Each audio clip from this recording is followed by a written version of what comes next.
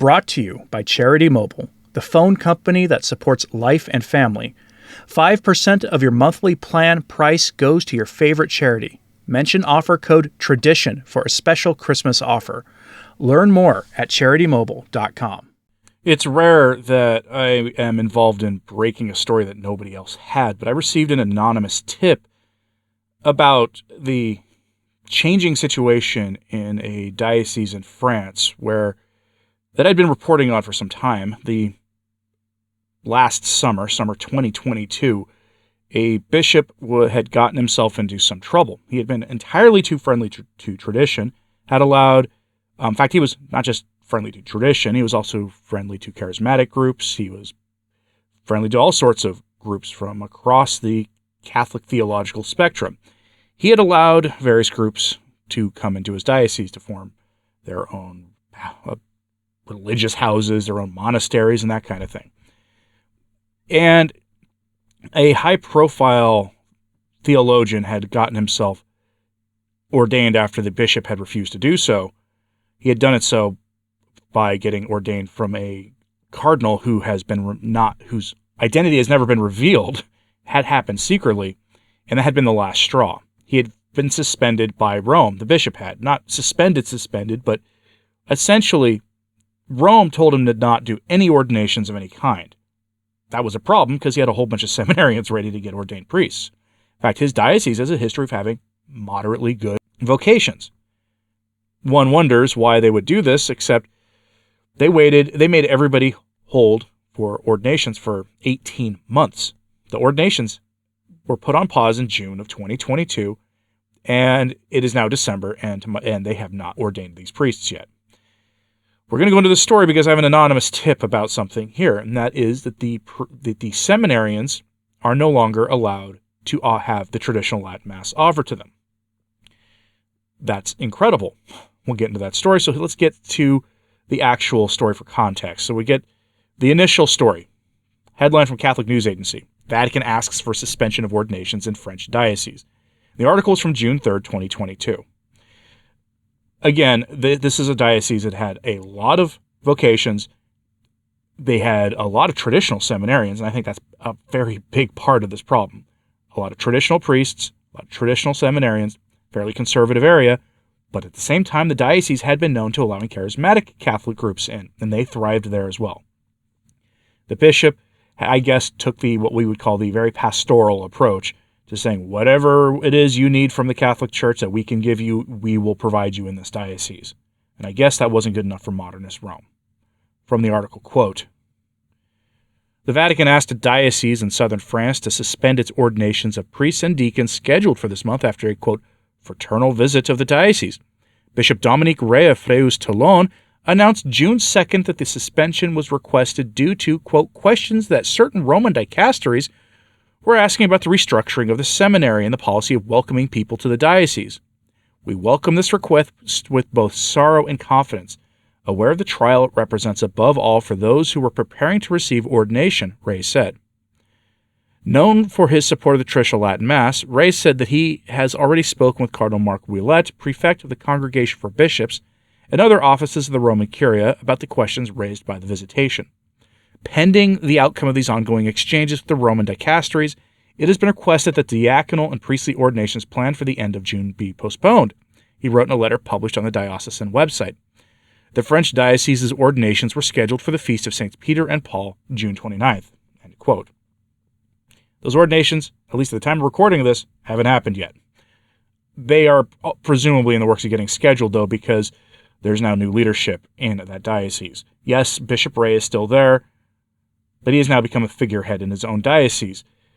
Part of the issue here is the welcoming of these outside groups, and really at the core of it is not the charismatic groups. Rome likes the charismatic groups just fine. The problem is Dom Alcuin Reed's English-speaking Benedictine traditionalist group, which is part of the issue. Father Reed was secretly ordained by an unnamed cardinal in good standing previous to this happening, and I reported on it here on this channel. In fact, I even guessed who the cardinal was, just looking at a few travel itineraries. It became kind of obvious that, it doesn't take long to travel across Europe, honestly, but there was one high-profile cardinal whose writings I frequently bring to you on this channel who had been in that area who was likely to be the one ordaining him. And no, it's not Vigano, because Archbishop Vigano is not a cardinal. Doesn't matter really who did it, other than the cardinal was in good standing. Well, because of the illicit ordination, Father Reed is suspended, although he still lives in his monastery and offers mass for his community.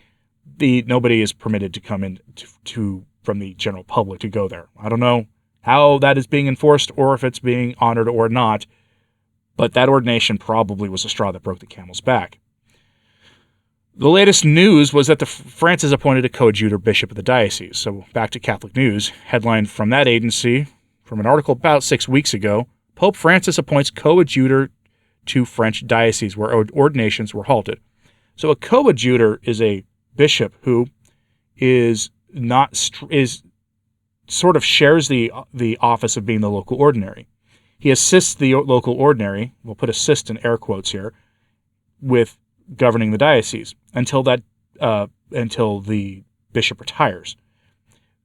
Bishop Ray, Dominique Ray, is 73 years old. He's going to retire in 2 years.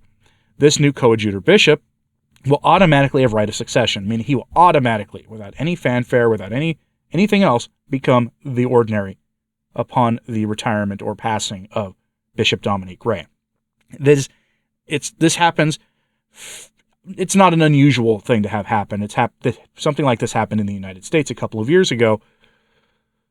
And a lot of people when this happened, they saw who this bishop was, and a lot of traditionalists who are very, public traditionalists who are very knowledgeable about the state of the affairs of the church, all these other things, cheered it, saying this was a good choice. This was a choice friendly to tradition. Can we have more of this kind of situation?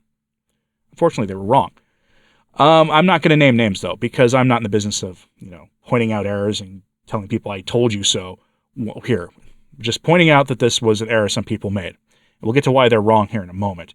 But here's how the generally neutral Catholic News Agency described this a few weeks ago. Quote, Pope Francis has appointed a coadjutor bishop to French diocese whose priestly ordinations were suspended by the Vatican in 2022 following a fraternal visit.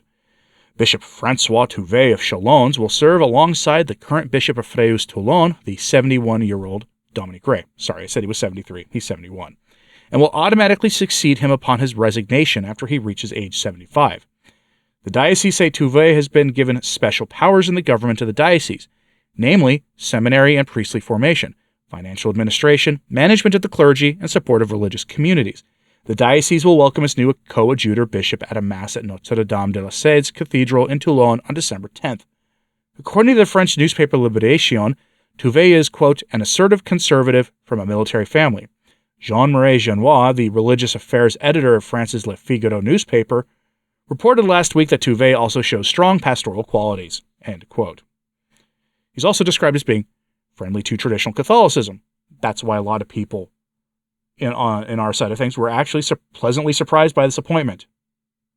Apparently, it's not correct.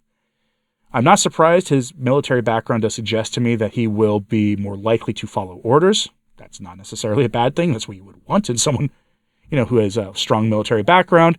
And under normal circumstances, if the church was in a normal state of affairs, that's what you would want from a bishop. That's not correct here because I got an anonymous tip last week and it checks out that this new coadjutor bishop has ordered the seminaries, which he is in charge of, to stop offering the traditional Latin Mass to seminarians. They are permitted to have the Novus Ordo Mass in Latin once a week on Wednesday if they can find a priest who speaks Latin well enough who is willing to offer it, meaning their ability to receive the traditional Latin Mass may or may not actually happen. That is what has gone on here. Remember, part of Traditionis Custodes, part of the entire point of it, is to welcome back into the Novus Ordo fold traditional Catholics. And part of that necessitates the squashing of tradition. That includes making sure there are no more traditional priests. And how do you do that? First, you control the seminaries, of course.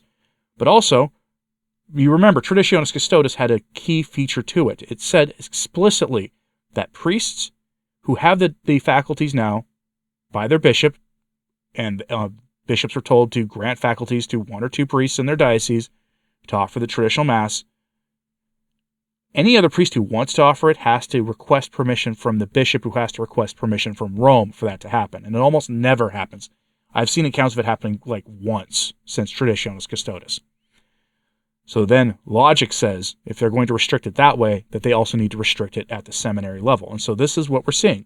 The seminaries here have restricted the traditional Latin Mass. And by restricted, we mean banned. It's gone. Those seminarians now have options to only attend a Mass in Latin if it's a Novus Ordo. And I will remind those of you who do not attend the traditional Mass that the traditional Latin Mass issue isn't merely the language issue. The language is key. It's why you're not going to see too many traditionalists say, let's have the traditional Latin Mass in the vernacular. The language is very important to this, but there are other issues at stake here with the liturgy beyond the language. Language is important, but it's not the only problem. And so they have taken away from them the same Mass that had developed organically from the 4th or 5th century, and really since the time of the Apostles, all the way into 1962, well, 1969, really, and then when it was swept away by an arbitrary act of Paul VI that increasing numbers of liturgical scholars say was probably illicit at best. But that's it there, folks. We have a tip from inside the seminary itself. I won't identify who it was for obvious reasons, but it checks out that the seminarians no longer have access to the traditional Mass. That at the order of this allegedly friendly coadjutor bishop, who is now in charge of the diocese. Tell me what you think of this story in the comments, please, and please pray for these seminarians. Hit like and subscribe if you haven't. It certainly does help. So does sharing this on social media. That helps too. And as always, pray for the church. I'm Anthony Stine. Ave Maria.